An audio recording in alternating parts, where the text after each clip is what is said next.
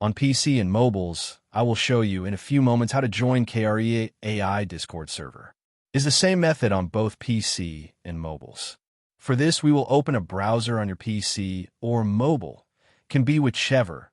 In my case, I will use Microsoft Edge. Now click on the URL bar and type this URL to be able to join this Discord server.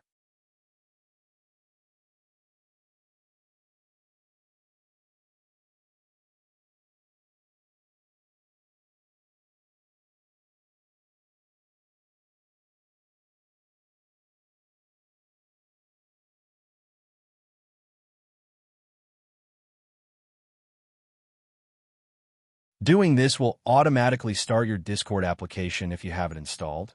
Then click Join, and you'll have access to the Discord server.